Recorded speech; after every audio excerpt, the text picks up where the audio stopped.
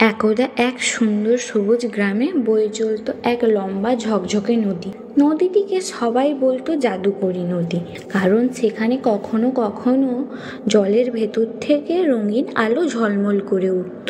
সেই নদীতে বাস করত এক ছোট্ট মাছ, নাম তার রঙিন রুই। রুই সবার চেয়ে আলাদা ছিল, কারণ তার শরীরটা ঝলমলে সাত রঙের ঝিকমিক করত। কিন্তু রুই ছিল খুবই লাজুক। ছোট্ট কোনো সমস্যায় সে ভয় পেয়ে যেত। রুইয়ের ছিল তিন বন্ধু: টুটু প্রজাপতি, যে আকাশে উড়ে সব খবর এনে দিত; কোকো কচ্ছপ, যে ধীরে স্থিরভাবে সব সমস্যার সমাধান বের করত; আর ছিল বুবু বিড়াল ফিস, যে সবসময় দুষ্টুমি আর সাহস দেখাতো। একদিন টুটু খবর আনলো, শোনো শোনো, নদীর ওইখানে একটা জাদুকরী ঝর্ণা আছে। বলা হয় যে প্রাণী সেই ঝর্ণার জলে সাঁতার কাটবে, তার সবচেয়ে বড় স্বপ্ন সত্যি হবে। বন্ধুরা সবাই আনন্দিত হয়ে উঠল। বুবু বলল, চলো, আমি প্রথমে সাঁতার কাটবো। কোকো শান্তভাবে বলল, ধীরে করো বুবু, আমাদের একসঙ্গে যেতে হবে। রুই ভয়ে ফিস ফিস করে বলল, কিন্তু যদি আমরা পথ হারাই, যদি কোনো ভয়ঙ্কর প্রাণী এসে আমাদের থামায়? বন্ধুরা হাসলো। টুটু বলল, ভয় পেও না রুই, আমরা তো আছি। তারা সবাই একসঙ্গে যাত্রা শুরু করলো। নদীর পথে ফুলে ভরা গাছ, ঝলমলে পাথর, ঝকঝকে জল।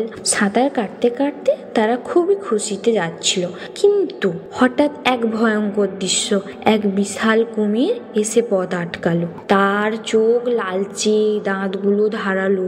সে গর্জে উঠল, এই নদী আমার, কেউ আমার ঝর্ণায় যাবে না। রুই ভয়ে কাঁপতে লাগলো, তার শরীরের রং একেবারে ফিকে হয়ে গেল। কিন্তু কোকো সাহস করে বলল, আমরা কাউকে কষ্ট দিতে আসিনি, শুধু স্বপ্ন দেখতে এসেছি। বুবু বলল, হ্যাঁ, আমরা একসাথে ভয়কে জিতে নিতে এসেছি।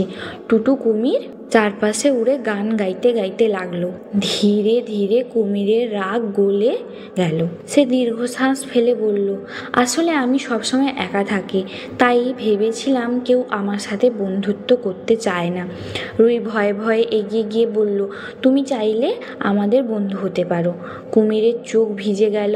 সে সরে দাঁড়ালো আর বলল, যাও, ঝর্ণা তোমাদেরই জন্য। বন্ধুরা অবশেষে পৌঁছালো জাদুকরী ঝর্ণায়। জলের ফোঁটায় রামধনু সাত রং নাচছিল।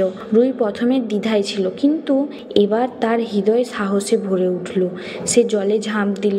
মুহূর্তেই ঝর্ণার ভেতর থেকে আলোক রশ্মি বেরিয়ে এসে তার শরীরকে ঘিরে ধরল। রুই অনুভব করলো সে শুধু রঙিন মাছ নয়, সে সাহসীও। সে বুঝলো আসল শক্তি ঝর্ণার জাদুতে নয়, বরং বন্ধুত্বের, ভালোবাসা আর একতার মধ্যে লুকিয়ে আছে।